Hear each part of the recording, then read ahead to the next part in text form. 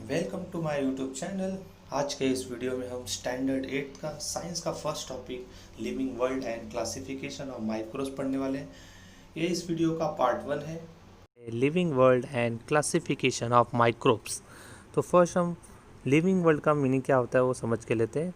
तो living world का मतलब होता है सजीव सृष्टि, एंड क्लासिफिकेशन ऑफ माइक्रोब्स का मीनिंग होता है सूक्ष्मजीवों का वर्गीकरण।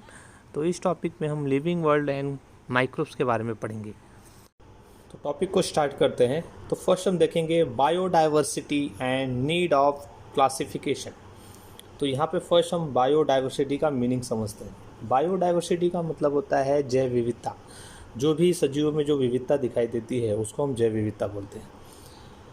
तो last year we learn that all the living organisms on the earth have adopted according to geographic regions, food injections and defence etcetera. Means पृथ्वी पर जितने भी सजीव आए वो उनके आने का जो रीज़न था वो जोग्राफिक रीज़न था, फूड इंजेक्शन जो उनके खाने का ग्रहण था, डिफेंस जो उनके बचाव का साधन था। इनके वजह से ही पृथ्वी पर सब सजीव आए।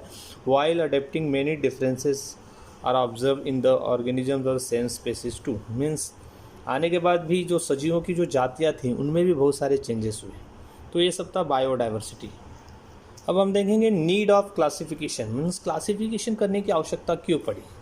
तो according to 2011 census around 87 million species of living organisms are found on the earth including land and सी।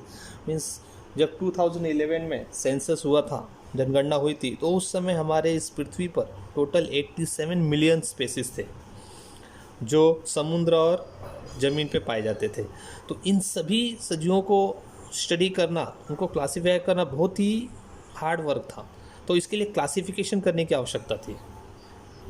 तो इसके लिए उनको ग्रुप्स में और सब ग्रुप्स में डिवाइड करना आवश्यक था। तो the process of dividing living organisms into groups and sub groups is called as a biological classification. Means जो भी लिविंग ऑर्गेनिज्म उनको ग्रुप में, फिर ग्रुप के बाद उनके सब ग्रुप में जो हम लोग डिवाइड करते हैं तो उसी को हम लोग क्या बोलते हैं, बायोलॉजिकल क्लासिफिकेशन। और एक क्लासिफिकेशन करने का काम किसने किया, Robert Harding Whittaker. It was an American ecologist. In 1969 he divided into organism into 5 groups. मतलब उन्होंने ये ऑर्गेनिजम्स को 5 ग्रुप में डिवाइड किया। इसके लिए सबसे पहले हम एक चार्ट को देखेंगे। तो यहाँ पे आप देख सकते हैं लिविंग ऑर्गेनिज्म जो है उसको 2 पार्ट्स में डिवाइड किया गया है। First part is prokaryotes and second one is eukaryotes. तो फर्स्ट आपको ये समझना है कि प्रोकैरियोट्स मीन्स होता क्या है। प्रोकैरियोट मीन्स कोई भी अगर सेल है, सेल के अंदर कोई न्यूक्लियस अगर वेल डेवलप नहीं है तो वो प्रोकैरियोट्स होता है। मीन्स प्रोकैरियोट्स में जो सेल्स होता है, सेल्स के अंदर जो न्यूक्लियस होता है वो वेल डेवलप नहीं होता है। लेकिन यूकैरियोट्स में क्या होता है, जो सेल होता है और सेल के अंदर जो न्यूक्लियस होता है वो वेल डेवलप होता है। तो दोनों में ये डिफरेंस है। तो प्रो एंड यूकैरियोट्स में लिविंग को डिवाइड किया गया। तो first is complexity of cell structure. तो सेल स्ट्रक्चर के आधार पे उनको 2 पार्ट्स में डिवाइड किया है, प्रोकैरियोट्स एंड यूकैरियोट्स। क्लियर है first? Okay, next prokaryotes is divided into unicellular and eukaryote divided into unicellular and multicellular.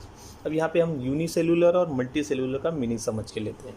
तो यूनिसेलुलर का मतलब होता है, यूनि मीन्स 1, मीन्स जो भी ऑर्गेनिज्म है वो ओवर 1 सेल से बना हुआ है, एक कोशिका से अगर बना है तो उसको यूनिसेलुलर बोलते हैं। और मल्टीसेलुलर मतलब होता है एक से ज़्यादा कोशिका, मीन्स बहुकोशिका, तो उसको हम मल्टी सेलुलर बोलते हैं। तो एनिमल्स जो होते हैं, ह्यूमन बीइंग जो होते हैं वो मल्टी सेलुलर में आते हैं, ठीक है। और यूनिसेलुलर का उन्होंने जो एग्जांपल दिया है, किंगडम मोनेरा, मोनेरा ये यूनिसेलुलर ऑर्गेनिज्म में आता है। तो सेकंड कॉम्प्लेक्सिटी ऑफ ऑर्गेनिजम्स। तो ऑर्गेनिजम्स के हिसाब से उनको 2 पार्ट्स में डिवाइड हुआ, unicellular and multi cellular. Clear है सबको? ठीक है, नेक्स्ट देखते हैं। अभी यूनिसेलुलर जो है वो किंगडम 2 प्रोटिस्टा में डिवाइड हुआ है और मल्टी सेलुलर जो है वो 3 पार्ट्स में divide. First one fungi, second one plantae and third one animalia. Protista की कैरेक्टरिस्टिक देखेंगे। तो first characteristic, protista single cell organisms with well defined nucleus enclose in a nuclear membrane.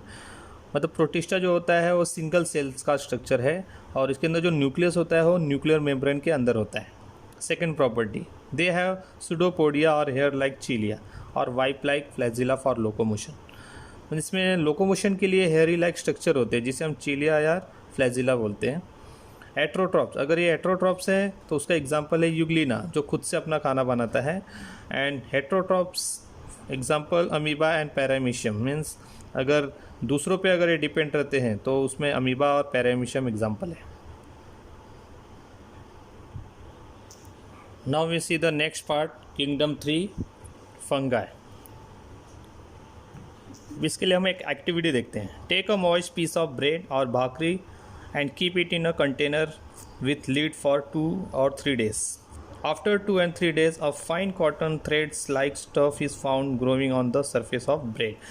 अभी bread का एक पीस लेना है आपको, जो गीला पीस लेना है, उसको एक कंटेनर में 2 or 3 days के लिए आपको रखना है। अब उसके बाद जब आप उसको ओपन करोगे तो आपको उसके ऊपर कॉटन मीन्स धागे जैसा आपको एक वाइट कलर का स्ट्रक्चर दिखाई देगा, उसको हम फफूदी बोलते हैं हिंदी में। तो उसको आपको थोड़ा सा लेके माइक्रोस्कोप में उसको चेक करना है। अब हम इसकी कैरेक्टरिस्टिक देखेंगे। Characteristic number 1, these are non green eukaryotic heterotrophic organism. ये नॉन ग्रीन होते हैं, यूकैरियोटिक्स होते हैं और हेट्रोट्रॉफिक होते हैं, मीन्स दूसरों पे जिंदा रहने वाले लोग। Second one, most of them are saprophytes. They feed upon decaying organic matters. Means ये लोग जो अपना खाना होता है वो मरे हुए जानवरों से प्राप्त करते हैं। Third one, their cell wall is made up of taut and complex sugars called chitin. उनका जो सेल वॉल होता है वो chitin से ही बना होता है।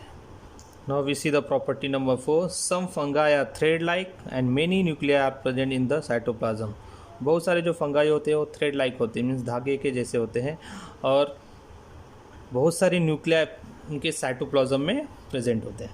ये कुछ एग्जांपल्स देखते हैं। First one is baker yeast, penicillium and mushrooms. This are the example of fungi. Clear है कि आप लोगों को क्लासिफिकेशन ऑफ लिविंग ऑर्गेनिज्म समझ में आया होगा। तो आज के इस वीडियो में हम बस इतना ही देखेंगे। नेक्स्ट पार्ट में हम क्लासिफिकेशन ऑफ माइक्रोब्स पढ़ने वाले हैं। Thank you for watching my YouTube channel Raj academy. अगर आपको ये मेरा वीडियो पसंद आए तो प्लीज़ लाइक एंड ज़्यादा से ज़्यादा शेयर करें। अगर आप मेरे चैनल पे फर्स्ट टाइम आ रहे हैं तो मेरे चैनल को सब्सक्राइब करना ना भूलें। Thank you.